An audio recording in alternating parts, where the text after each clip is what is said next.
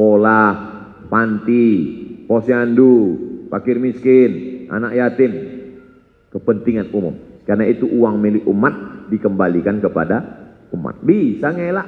Siapa bilang nggak bisa?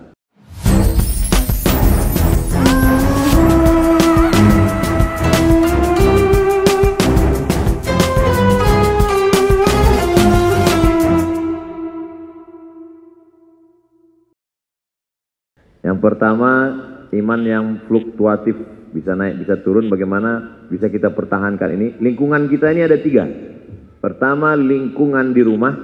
Yang kedua, lingkungan di tempat kerja. Yang ketiga, lingkungan di sosial media. Jadi kalau mau mendukung istiqomah, usahakan ketiga lingkungan ini kita berada di tempat orang baik. Di rumah, suami, istri, anak, tetangga, dekat masjid, dekat surau, dekat langgar, dekat musola, grup yasinan, grup wirid. Ini yang mendukung kita untuk kita lebih baik. Jangan sampai kita masuk grup-grup yang salah, agak lain ini grupnya. Yang kedua, di lingkungan tempat kerja. Saya masuk di berbagai kantor, bank, BUMN, itu pasti ada orang-orang baik yang di sana buat kajian.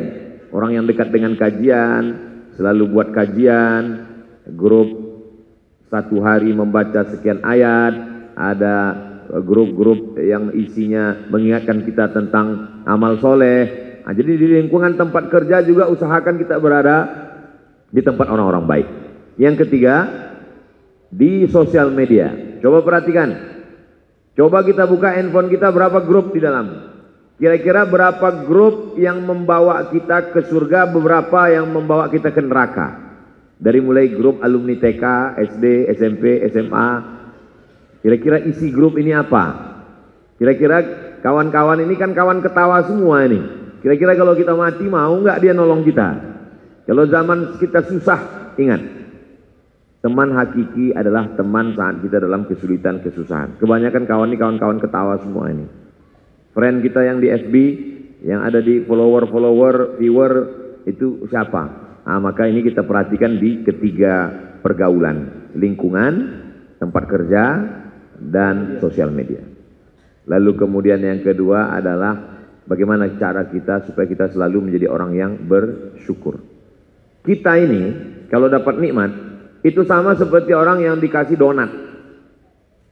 Ketika kita dapat donat, manusia terbagi 2. Yang pertama, yang melihat tepungnya, melihat donatnya, kata dia, Masya Allah, syukur dapat donat. Tapi ada juga yang melihat lobak bolongnya, kok enggak isi donat juga ya? Dia selalu melihat sisi kekurangannya. Jadi kita selalu bersyukur kalau kita memandang nikmat itu. Saya tidak pernah melihat nikmat sekecil apapun, saya selalu syukuri apapun namanya, karena saya tidak melihat memposisikan. Kalau kita ini tidak bersyukur karena kita salah memposisikan diri. Kalau saya memposisikan diri saya sebagai ustadz, tamu, undangan, bla bla bla bla, saya akan marah-marah, saya akan enggak. Saya selalu memposisikan diri, aku ini orang yang dikasih Allah amanah. Ini adalah pelayannya umat Nabi Muhammad SAW.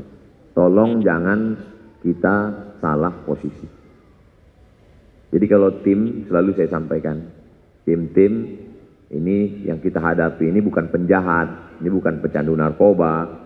Andai mereka pecandu narkoba sekalipun, mereka tetaplah ciptaan Allah. Ini yang mau kita hadapi adalah umat Nabi Muhammad SAW. Di zaman edan seperti ini, anak-anak muda masih mengejar, mau salaman, Ustadz. Jadi kalaupun kita, karena dua-dua tim ini mau, dua-dua juga mau dijaga. Ustadz juga mau dijaga, umat Nabi Muhammad ini juga mau dijaga. Kalau ini dibiarkan, mati Ustadz ini, ditarik mereka lehernya, kepalanya. Tapi kalau ini juga kita bertindak keras, ini juga, jadi pandai-pandailah, pandai meniti buih kalau berumah di tepi pantai. Maka kita menganggap ini selalu kita mensyukuri nikmat apa yang datang ini. Bagi kita pekerjaan ini biasa-biasa aja.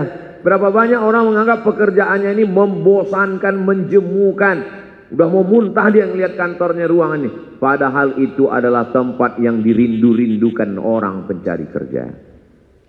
Berapa banyak mungkin laki-laki menganggap ini anak ini bandel sekali. Padahal itu adalah anak yang dirindukan orang bertahun-tahun meminta kepada Allah, Rabbi habli minas sholihin. Nah, jadi kita selalu melihat itu sebagai pemberian dari Allah. Ini bukan karya kita, ini bukan punya kita. Kita datang ke dunia ini nggak bawa apa-apa, pulang pun nggak bawa apa-apa. Siapa di antara bapak ibu yang lahir bawa STNK BPKB? Nggak ada. Lalu kemudian kita selalu menganggap bukan pada nikmatnya, tapi siapa yang memberikannya. 3 orang diberi pena, diundang ke istana dikasih raja pena. Yang satu mengatakan, aduh kalau tahu gini saya nggak datang tadi. Masa jauh-jauh ke istana cuma dikasih pena. Kata yang satu, ya lumayan lah daripada nggak dapat sama sekali. Kata yang ketiga, aku nggak lihat penanya. Tapi yang saya lihat adalah siapa yang memberikannya. Sehingga nanti ketika orang nanya, kamu pakai pena, jelek kali penanya. Ini adalah pemberian raja-raja. Dia tidak melihat penanya, tapi siapa yang memberikannya. Ini jawaban untuk ibu, mana tahu nanti ada teman-teman ibu yang menghina suami ibu. Jangan lihat dianya, tapi siapa yang memberikannya. Allah yang sudah mengirimkan itu. Pemberian dari Allah Subhanahu wa ta'ala. Yang ketiga, untuk resign nggak mungkin. Tapi untuk bertahan di dalam juga berat sekali Pak Ustadz. Kami diajak keluar kota, tiketnya tiket singa bisa terbang. Tapi waktu tanda tangan burung Raja Wali, harganya beda. Pergi acaranya cuma sehari semalam, tapi yang mau ditandatangani 3 hari 3 malam. Kalau masih bisa mengelak, ngelak. Karena ini uang haram, uang subhat. Jangan ambil uang haram, jangan kasih anak istri makan haram. Karena kita akan dituntut di hadapan Allah. La tus'alunna yauma idzin anin na'im. Faman ya'mal mithqala dzarratin khairan yarah. Sebesar biji sawi pun akan dilihat. Kalau bisa ngelak. Tapi resign jangan. Beberapa nanya ke saya, Ustaz, saya sudah azam nih mau resign. Oh, kamu mau keluar dari sana? Iya. Terus kamu keluar dari situ yang menggantikan kamu malaikat? Enggak Pak Ustaz. Kira-kira kalau kamu keluar yang menggantikan kamu lebih baik atau lebih jahat? Lebih setan dari saya Pak Ustaz. Kamu duduk di situ, jaga dirimu, kamu istiqomah. Saya nggak tahan duit haram ini Pak Ustaz. Ambil yang hak kamu. Kalau kamu PNS, pegawai ASN, kamu bekerja pagi, petang, itu hak kamu. Ambil yang sesuai dengan gaji kamu. Nah, adapun yang haram ini, serahkan ke lembaga masalih ammah, kepentingan umum. Kepentingan yang dinikmati orang banyak. Begitu fatwa Syekh Yusuf Qardawi ketika ditanya tentang bunga bank riba.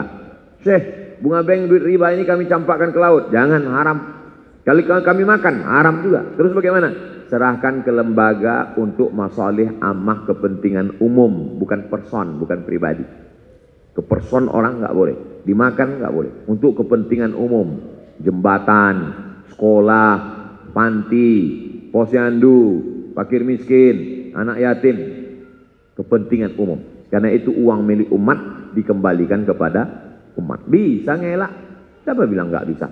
Saya beberapa pegawai. Saya nggak mau keluar kota Pak Ustadz, karena keluar kota dari mulai SPPD-nya mesti tanda tangan pakai tiket pesawat yang mahal, padahal yang dipakai tiket yang paling murah. Dari mulai kegiatannya katanya seminggu, padahal cuma 2 hari, tanda tangan banyak. Terus mana? Saya nggak mau ikut ngelak-ngelak, bisa? Bisa. Jadi kalau ada orang yang mengatakan terpaksa nih ikut, jadi sebetulnya dia sama seperti orang disuruh buka puasa. Aduh jangan.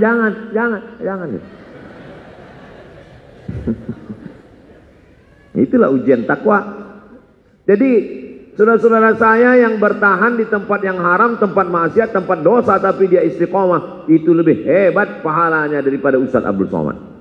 Abdul Somad tidak buat dosa, kenapa? Ya memang tidak ada kemungkinan, tidak ada celah, tidak ada kesempatan.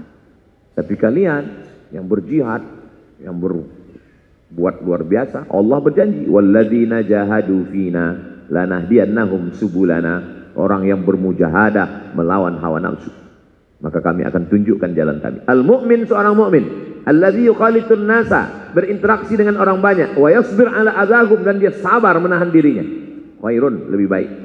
Orang muslim tidak disuruh pergi ke gua, betapa di dalam laut, di sungai, di pantai, di hutan. Enggak, kita disuruh. Nabi Muhammad SAW Waktu menerima wahyu aja. Setelah Quran dapat, dia turun ke bawah berhadapan dengan Abu Jahal, Abu Lahab. Jadi jangan sampai kita mengunci diri setelah hijrah, ngilang. Habis hijrah, kemana teman-teman kemarin? Ngilang Pak Ustadz. Kemana? Nggak tahu sampai sekarang, hilang. Kita tetap di dunia ini dan tetap berinteraksi sosial. Kita saling mendoakan, tetap ikut kajian, mudah-mudahan kita sama-sama istiqomah sampai akhir hayat, sampai kita bertemu Rasulullah di surga Jannatul Firdaus. Amin, amin, insyaallah. Demikian, wallahu a'lam. Siap. Satu pertanyaan. Ya. Waalaikumsalam warahmatullahi wabarakatuh. Saya sudah kirim ke Ustadz EN tulisan. Kalau yang mau cari nanti Ustadz EN share. Kalau yang mau cari sendiri, buka Google, tulisnya SOMADMOROCCO tanpa spasi, Somad Morocco. SOMADMOROCCO, Somad Morocco. Setelah itu spasi, tulis doa buka puasa. Somad Morocco, spasi, doa buka puasa, buka. Ini sudah saya tulis 28 Juli 2010, 14 tahun yang lalu. Waktu itu saya masih muda-mudanya. Nah, kita baca sama-sama ya. Bagi yang udah dapat tulisannya, bagi yang udah dapat share ke kawan-kawan. Boleh juga di-share di laman akun masing-masing. Apabila Rasulullah berbuka, beliau mengucapkan zahabaz zama'u wa batallatil uruqu wa sabatal ajru insyaallah. Dalam riwayat lain disebutkan Nabi mengucapkan Allahumma lakasumtu wa ala rizkika aftartu. Komentar Syekh Utsaimin terhadap kedua hadis ini. Kedua hadis ini meskipun dhaif, tapi sebagian ulama menyatakannya sebagai hadis hasan. Sebagaimanapun juga, jika Anda membaca doa ini atau doa lain ketika berbuka, maka sesungguhnya saat berbuka itu adalah waktu terkabulnya doa. Zahabaz zama'u boleh. Allahumma lakasumtu boleh. Kalau ada yang mengatakan Allahumma lakasumtu dhaif, Allahumma lakasumtu dhaif. Zahabaz zama'u juga dhaif. Allahumma barik lana, dhaif juga. Yang sahih yang mana? Bismillah. Doa makan itu yang sahih cuman bismillah. Jadi kalau ada nanti kita tengok orang buka puasa, bismillah. Dua kemungkinan. Pertama, dia hanya mengamalkan hadis sahih. Kedua, lapar kali dia. Lapar kali. Kalau Ustadz yang mana? Saya baca semuanya. Bismillah. Allahumma lakasumtu wa bika amantu ala rizki aftartu bi rahmatika arhamar rahimin zahabaz zama'u wa batallatil uruq wa sabatal ajru insyaallah. Allahumma barik lana fi ma razaqtana wa qina azabannar. Yummy. Masyaallah. Mau makan dulu baru baca doa boleh, mau baca doa dulu baru makan boleh, atau langsung pas dengar Allahu akbar Allahu akbar. Ada pula sekarang yang buka puasa tuh saya tengok diletakkan dulu kurma di sini. Allahu akbar, langsung bismillah langsung masuk. Setelah itu minum baru zahabaz zama'u wa batallatil uruq wa sabatal, haus sudah hilang dan urat-urat sudah basah, maka terimalah Allahumma lakasumtu wa bika amantu. Karena bunyi doanya indal iftar, ketika, tidak dikatakan qabla atau ba'da, ketika, sebelum atau setelah, yang penting menyebut nama Allah. Wallahu a'lam. Masyaallah. Jazakallah khair Ustaz.